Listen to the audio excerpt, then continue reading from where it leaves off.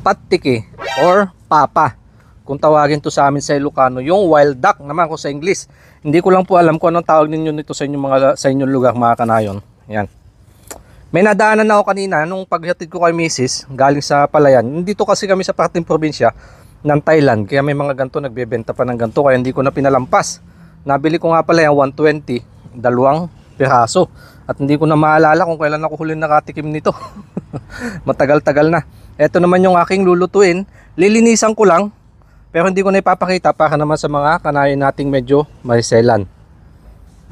Ito na po ng mga kanayon yung nalinisan kong patiki or wild duck. Na nabili ko yan, plano kong ilitsyon sana. Pero niisip ko baka makunat. Hindi siya umayon pag nilitsyon. Hindi katulad ng mga pato kasi, yung mga mura pwede. Ito baka magulang na eh. Kaya imamarinate ko na lang muna. Dito sa sibuyas, bawang, luya, yan, toyo, yung mga normal lang na pang sangkap natin. Tsaka lime. Ang pabango, saka pang paasim. Mamaya ang hapon ko na lulutuin to. Bababad ko muna ng mga ilang oras. Para sakto pang hapunan at saka pang painit na din. Sa mga nakakaintindi dyan. Alam na this. Ayan. Bango. Para kumapit na yung lasa. Yan lang muna, mamaya ko na iluluto. Tutuloy ang pagluluto. A few moments later. Sasampulan ko na tong aking binabad. Yan. Makikita nyo po, hapon na. Medyo madilim na.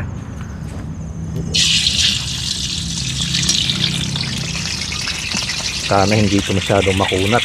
Ano na nga pala, nakahanda na yung aking kanin. Kakasawsawan.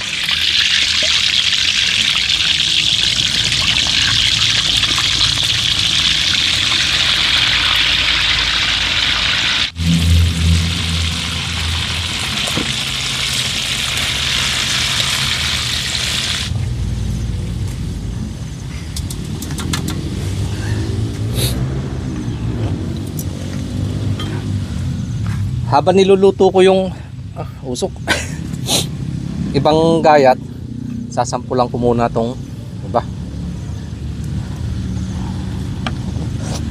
At meron na nga po pala akong konting sardinas, may pechay, sabaw. Talagang gutom na. Yun naman loob nyo.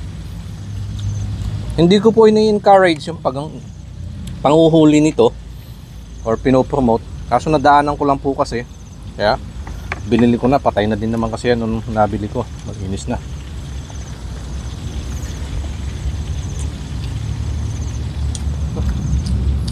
Sakap.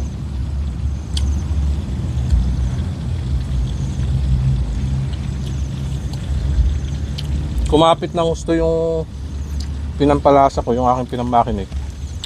Yun nga, katulad nung nasabi ko kanina, medyo makunat.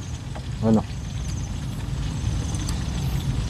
kulang pa sa luto, pero okay na. Gutom na po kasi ako.